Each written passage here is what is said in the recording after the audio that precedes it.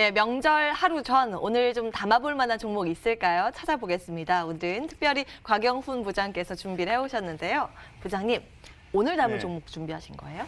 그렇죠. 아무래도 이제 우리 개인 투자자분들이 이 변동성이 좀 큰 장에서 좀 안전하게 모아갈 수 있는 종목이 뭐냐, 단기적인 트레이딩보다는 조금씩 모아갈 수 있는 종목이 뭐냐, 이런 거를 좀 고민을 좀 많이 했습니다. 그래서 최근에 이슈도 좀 있고 수급적인 이슈도 좀 있는 것 같고, 그리고 또 견조한 실적 성장이 예상이 되는 종목인 SFA라는 종목을 소개를 좀 해드리겠습니다. 네네. SFA 같은 경우는 제가 차트를 좀 열어놨는데요. 먼저 그 손절가부터 말씀을 드리고 내용을 좀 전개를 해보겠습니다. 현재 지금 38,000원인데요. 35,600원. 네, 35,600원 정도의 손절 라인을 잡으시고요. 요 정도만 안 깨지면은 추세 유지는 된다, 이렇게 좀 생각하시면 될 것 같습니다. 제가 더욱더 주목하는 것은 뭐냐면은 최근에 이제 공시가 있었습니다. 예, 그 자사주 매각이 있었는데요. 이 부분은 이제 최대 주주인 DY 홀딩스의 이제 자사주를 매각을 한다는 그런 공시거든요. 자, 그러면은 이 자사주가 왜 최대 주주가 매입을 해서 어떻게 했을까요? 당연히 이제 현재 예상하고 있는 거는, 얘기를 하고 있는 것은 자사주 소각입니다. 이 자사주 소각한다는 것은 주식 수가 그만큼 줄어든다는 거잖아요. 예를 들어서 10명이 피자를 먹는다 치면은 10조각을 나눠야 되지만은 5명이 먹는다 그러면은 5조각만 나누면 되는 거지 않습니까? 그런 개념을 생각하시면 돼요. 그래서 자사주 소각이 이루어지게 되면 아무래도 주가의 주당 순이익이 올라갈 수밖에 없다라는 겁니다. 그렇기 때문에 이런 부분이 상당히 좀 긍정적으로 좀 평가가 될 수 있을 것 같아요. 이런 이슈가 있습니다. 그래서 주가의 좀 하방 경직성을 확보해주는 주 요인이라고 좀 볼 수 있을 것 같고, 이 SFA의 더욱더 주목이 되는 부분은 제가 늘 말씀을 드리는 것처럼 실적 성장성이죠. 예, 실적 성장성인데. 하반기에 2차 전지라든가 이 반도체, 물류센터, 장비 수주 증가로 인해서 견조한 실적이 나올 것이다라고 말씀드릴 수 있을 것 같은데, 크게 4가지로 좀 말씀을 좀 드리겠습니다.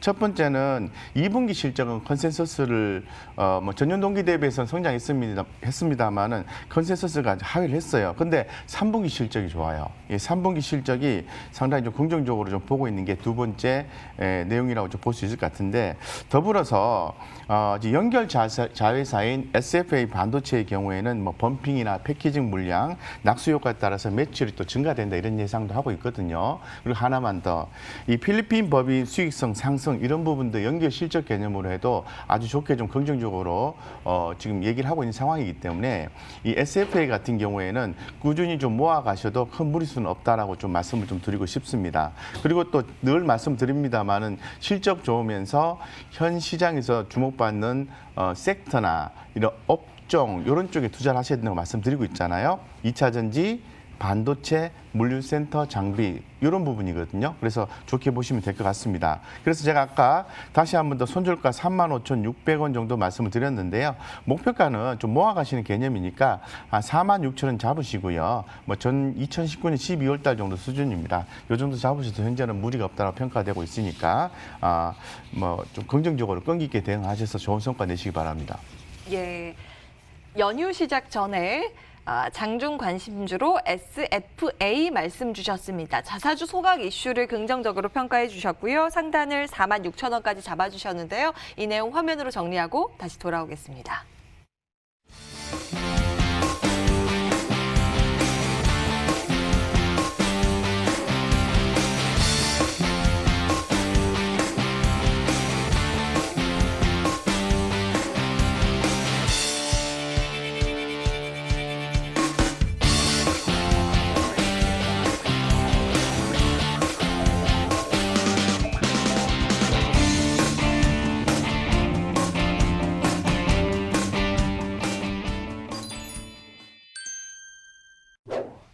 네, 오늘도 막판 전략 체크해 봐야 되겠죠. 전문가님, 오늘 양시장 양호할 것 같은데 이렇게 마무리가 될까요? 어떤 전략 유효하겠습니까? 설날을 빗대어서 생각해 보시면 될 것 같습니다. 설날 같은 경우에도 설날이 지난 시점에서 코로나 팬데믹으로 인해서 주가가 좀 급락한 부분이 있었거든요. 추석 때 코로나 확진자가 증가할 수도 있는 부분이고 5일 동안 무슨 일이 일어날지 모릅니다. 근데 현재 시점에서 굳이 무리를 해서 들어가실 필요는 없다라고 판단이 되고요. 그냥 하나의 원칙으로 정하시고 명절 전날에는 쉰다라는 개념으로 접근하시는 게 좀 좋을 것 같습니다. 판단은 추석이 끝난 후에 들어가셔도 전혀 늦지 않으니까요. 그때 흐름 보고 결정하시는 게 좋을 것 같습니다. 쉴 때도 제대로 푹 쉬어야 다음 에너지 모아서 우리가 또 투자 전략 세울 수 있는 거 아니겠습니까? 그런 관점에서 말씀을 주신 거고요. 곽영 본부장님의 막판 전략까지 챙겨볼게요. 네네, 기존에 좋은 종목을 갖고 계신 분 입장에서는 굳이 매도할 이유는 없다고 생각하고 있습니다. 그런데 명절을 앞두고 다양한 이벤트가 연휴 기간 동안 나올 수도 있는 거니까 신규로 또 매수해서 오버나이트 하기에는 다소 좀 부담스러운 부분이 없지 않아 있습니다. 있기 때문에 오늘 매수 안 한다고 해서 그 다음에 또 이렇게 기회를 놓치는 건 아니니까 차분하게 좀 보시면서 오늘 하루를 좀 마무리하셨으면 좋겠습니다. 예. 차분하게 시장에 대응을 해서 이번 달 마무리 잘하자 두 분의 공통된 내용이었습니다. 도움됐으면 좋겠고요. 양시장은 여전히 상승권을 유지하고 있고 점차적으로 상승폭을 확대해 나가고 있습니다. 코스피가 어느덧 1.1%의 상승률이고요. 코스닥 시장 1.3% 오르면서 840선 중반대까지 올라와 있습니다. 수급이 다소 아쉬운데요. 오늘 거래소 쪽에 외국인들의 매도가 장중 내내 이어지고 있습니다만 기관이 금융투자를 중심으로 끌고 가고 있고요. 코스닥 시장은 개인이 끌고 가는 장세입니다. 네, 오늘 이어지는 순서들을 통해서 마무리 전략 잘 세우시기 바라겠고요. 저희는 여기에서 인사드려야겠는데요. 풍성한 한가위 준비하시기 바랍니다. 다음 달에 인사드릴게요. 함께해 주신 여러분 고맙습니다.